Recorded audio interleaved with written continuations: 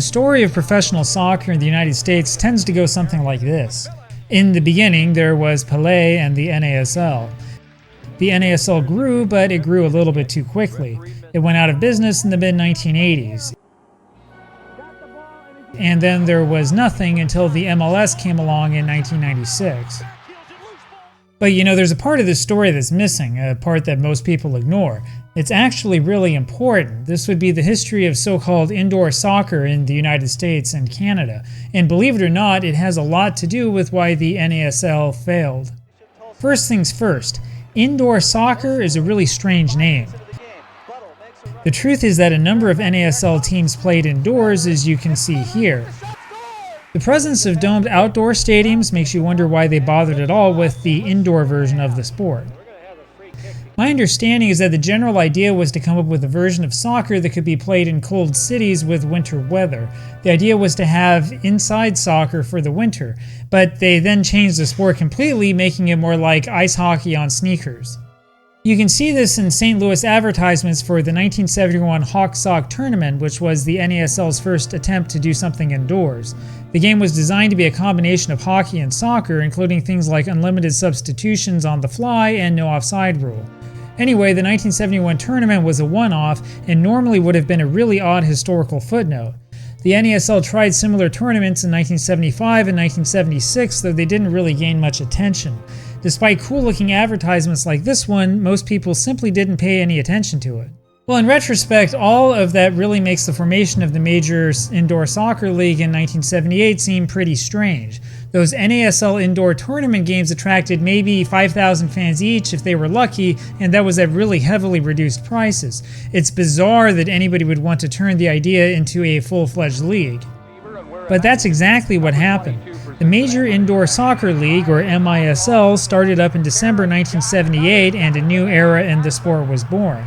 Now, the first season was pretty modest with only 6 teams, but in that great American tradition, there was a comprehensive playoff system. And, interestingly enough, the average attendance was fairly respectable for a league that had just started. Sure, the New York Arrows were nowhere near as popular as the Cosmos and the NASL, but the Philadelphia Fever managed over 7,000 fans a game. Now, that's not far behind what the Philadelphia Fury did in the outdoor-only NASL that year with just over 8,000 fans per game. Well, you have to admit that this was pretty impressive. I mean, this was a new league that nobody had ever heard of. They were playing a modified version of a sport that really wasn't all that popular at the time. 7,000 fans a game in Philadelphia is actually pretty good, all things considered. If you watch the old games on video, you can see the contrast. The Fury played in Mammoth Veterans Stadium in front of practically nobody. Even a good crowd by NASL standards would have looked like nothing. The indoor-only Fever didn't exactly pack the arena, but the games were a lot closer and a lot more intimate, which made for a better experience for fans. Part of the attraction was the faster pace of play, for sure. Part of the attraction was probably the intimacy. Garcia off the boards, no. And part of it was undoubtedly the scoring. Indoor games tended to feature much higher scoring totals than the outdoor games. In that sense, it was just like professional ice hockey in the 1980s with exaggerated scores and non-stop action. You'll also notice that this really isn't the same sport as futsal, which most of the world sees as indoor soccer. This was a chaotic form of soccer, much more like hockey played in tennis shoes on artificial turf than anything else. Well, the truth is that the indoor product was a lot more watchable and engaging than the NASL's outdoor product.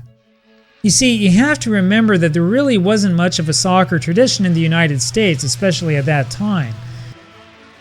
So people were fine with experimenting and completely changing the rules to create a product that other people might want to watch. And so in the summer of 1979, the NASL announced that it would start an indoor league in the winter to compete with the MISL. Well, that's kind of strange, isn't it? I mean, the NASL's outdoor product still hadn't really been proven to work in the North American market. And then as soon as a competitor came along, they decided that they absolutely had to adapt and do what the other league was doing. And so you had teams like the Tampa Bay Rowdies competing in the outdoor league into early September 1979. And then, just a few months later, the same Rowdies team was playing indoors, and with the same players too. And both leagues kept growing. By the 1980-81 season, 19 NASL teams played in the 18-game indoor regular season. The MISL, meanwhile, kept going strong. Now, it was around this time that indoor soccer started to get the attention of television networks. Most of the outdoor soccer games we've got video of come from local broadcasters. So ABC televised a couple of games nationally in 1978, 79, and 80, but they didn't show much other than the championship games. Ratings weren't great, and the production values of the broadcasts weren't all that great either. By the early 1980s, ESPN had started televising some of the NASL indoor playoff games. And yet, even with cable television, the MISL's indoor sport fared better. The easiest way to see this is through the attendance figures. In the 1981-82 season, the NASL indoor teams drew an average of a little over 6,000 fans a game. That same season, the rival MISL drew almost 9,000 fans per game. And so, what do you do when the competition is too stiff? Easy, you propose a merger. And that's exactly what happened. The two leagues proposed a merger in August 1982. In November 1982, a couple of NASL teams joined the MISL for the indoor season. And then in May 1983, the MISL succeeded in getting a playoff game on CBS. The idea was to compete directly with ABC's broadcast of the Kentucky Derby that afternoon. And as this article shows, the attraction was the craziness and the unpredictability of the indoor sport. In the end, though, ratings were not great. CBS tried another playoff broadcast in 1984, and they gave it one last shot in 1985 before they gave up entirely. By that time, though, the soccer wars were over and the MISL had won. The NASL managed to stage one more indoor season in 1983-84, but that was it. San Diego beat the New York Cosmos in front of an arena filled with empty seats to win the final NASL Indoor Championship. Now, the financial problems with the NASL caught up to it in the end, and the league couldn't survive. The MISL, on the other hand, lasted until the early 1990s. In fact, the largest attendance ever at an MISL game came in 1987. This was in the championship series between Dallas and Tacoma. The Tacoma Dome was host to over 21,000 fans in the decisive game. Now, this really should have been a sign that the league was still strong. But in the end, it all came crashing down. Now, the MISL did have problems throughout its existence, with teams folding, with player wage issues, and of course with the lack of a real national television contract. But its mere presence really was a thorn in the side of the NASL. If you watch some of those old games, you'll discover one thing: indoor soccer was a much more attractive television sport.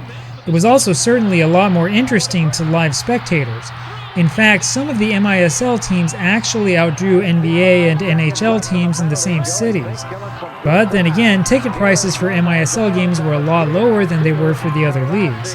Now, it offered a strong alternative to the NASL, even though it was basically a different sport. Well, personally, I believe that the NASL decided to run an indoor league because it saw the indoor sport as more engaging to fans. However, I'm also convinced that the logistics and expenses of having to run two different leagues for two different sports had a lot to do with the NASL folding. Of course, that's not the only reason that the NASL folded, and it's clear that the MISL didn't have this secret formula to success, even though it was good at drawing crowds that were big for the big games. Now, the interesting thing is that indoor soccer actually lives on today, even though most people don't talk about it.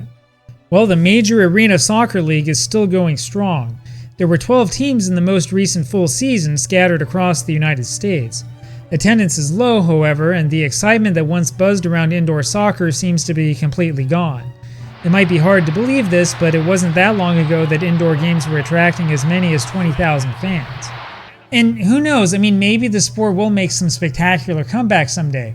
Anyway, when you tell the story of the NASL and how it folded, remember to include the part about the MISL. Even though the MISL didn't last long, it really did have a major impact on soccer in the United States and Canada.